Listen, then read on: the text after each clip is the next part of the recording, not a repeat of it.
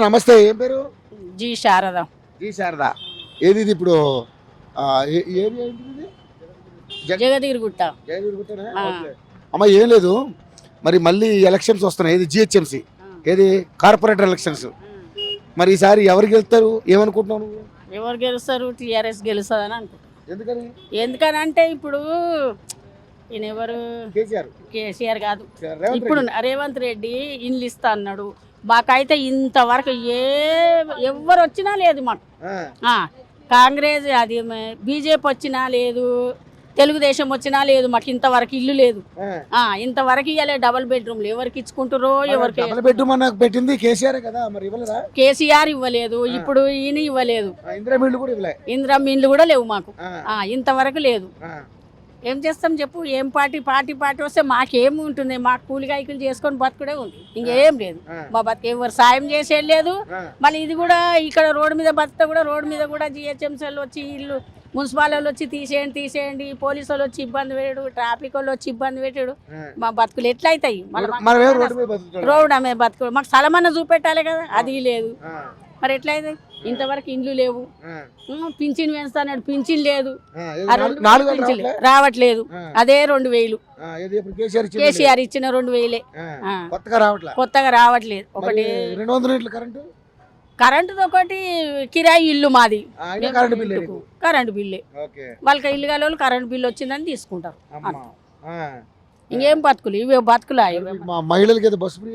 Bus free అయితే మేము వెళ్తాం అన్నా. రోజు అయితే మేము వెళ్ళాం కదా. డ్యూటీలు చేసే వాళ్ళకు ఫ్రీ, వాళ్ళు పోతారు, పొద్దున పోతారు, సాయంత్రం వస్తారు. మాకేం ఫ్రీ ఉంది? రోడ్డు మీద బతుకులకు ఇన్ని ఇబ్బందులు మాకు. వచ్చిండ్రంటే మున్సిపల్ వాళ్ళు వీళ్ళు ఎవరు ట్రాఫిక్ వాళ్ళు వచ్చిరంటే మా బాధలు మాకు జరుపుకో తీసుకో, ఇది బాధలు మాకు ఇబ్బందులు. ఇవ్వడం ఏం లేదు, అడగడం లేదు, ఇవ్వడం లేదు. కానీ తీసేస్తారు అనుకో, తీసేయండి అంటారు, బండ్లు తీసేయండి అంటారు. ఇవి ఒక బాధలు మాకు. 500కి రావట్లేదు. 1000 రూపాయలు ఇప్పుడు 1000 పైన పెరిగింది. 1000 పైన గ్యాస్ అసలు 500కి రావట్లేదు మాకు. గ్యాస్ రాలేదు, ఇల్లు లేవు, ఆ పింఛన్ పెరగడం లేదు. మా బతుకులు ఇట్లున్నాయి. ఇక ఏ పార్టీ వాళ్ళు వస్తే కూడా మాకు ఏమీ లేదు.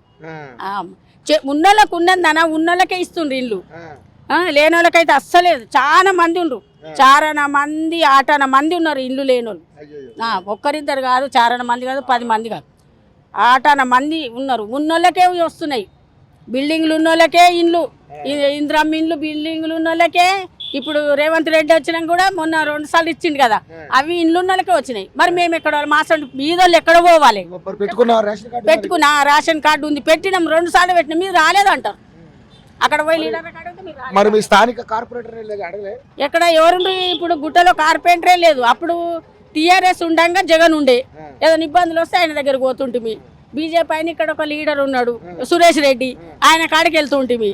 అంతేగాని ఇంకా ఇళ్ళ కోసము దానికోసం ఇప్పుడు లీడర్ ఉండు. ఇప్పుడు కాంగ్రెస్ గెలిచింది కదా, మాకు ఎవ్వరు లేరు ఇక్కడ, ఈ గుట్లో లేరు, ఏదైనా ఇబ్బంది వస్తే కూడా కార్పొరేటర్ జగన్ దగ్గరికి వెళ్తాం, టీఆర్ఎస్ ఆయన దగ్గర.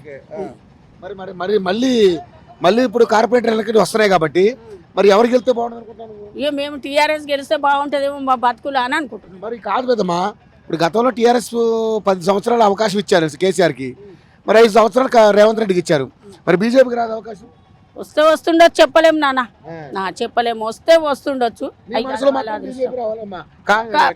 వాళ్ళు ఉండగానే మా బతుకులు కొద్దిగా బాగుండే, ఎవరు రాకపోదురు, ఎవరు వచ్చి ఇబ్బందులు పెట్టకపోదురు. కేసీఆర్ ఉన్నప్పుడు 10 సంవత్సరాల పరిపాలన. కానీ మళ్ళా 2 తారీఖు వరకు పింఛన్ పడేది. 2 తారీఖు వరకు పింఛన్ 28కి ఈ నెల వచ్చే నెల మళ్ళీ పెంచిన అంటుండు ఆయన. చీరలు అంటుండు. 2 సంవత్సరాలు ఇప్పుడు ఈయన గెలిచిన సంది చీరలే లేవు జనాలు. ఖాళీ గ్రూప్ వాళ్ళకి ఇస్తే అయిపోతుందా? మాట అందరికి ఇవ్వాలి కదా. అప్పుడు టీఆర్ఎస్ ఉండగా తల్లికి ఇంట్లో ఇంతమంది అమ్మాయిలు పెళ్లి కాని వాళ్ళకు 4 ఉంటే 4 కూడా ఇచ్చింది ఆయన ఉన్న రోజులు, కేసీఆర్ ఉన్న రోజు. ఇప్పుడు రేవంత్ రెడ్డి వచ్చినాక ఖాళీ ఇప్పుడు పోయిన సంవత్సరాలకు ఈ సంవత్సరం గ్రూపులు ఉన్న వరకే. మరి కడమలు ఎక్కడ పోవాలి? మరి కాదా చెప్పు? బీదోళ్ళు కూడా ఉన్నారు, ముసలోళ్ళు కూడా ఉన్నారు. ఒకరొకరు లేని వాళ్ళ ముసలోళ్ళు అయితే మస్తు మంది ఉన్నారు. వాళ్ళకు కూడా కావాలి కదా. అట్లుంది మరి అట్లా ఉంది ప్రభుత్వం అట్లుంది. ప్రభుత్వం అట్లుంది. ఆ. ఎవరు చెప్పుకోవాలి మేము మా బాధ చెప్పు.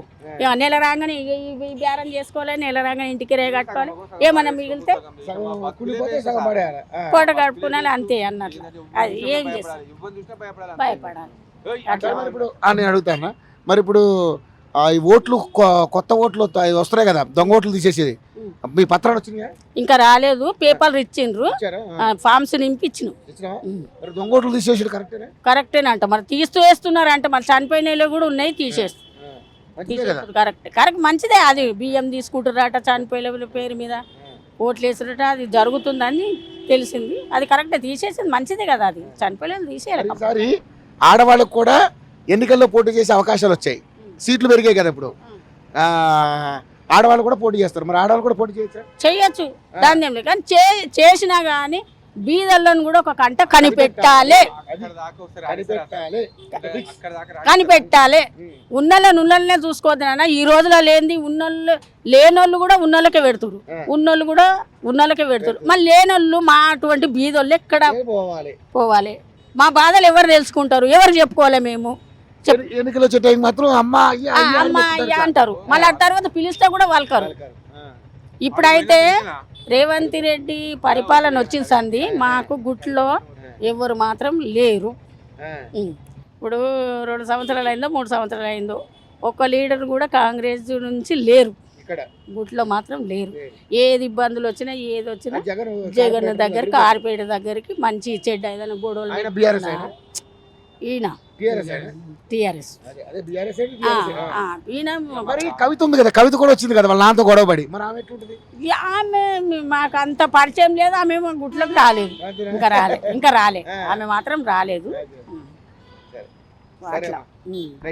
Thank you.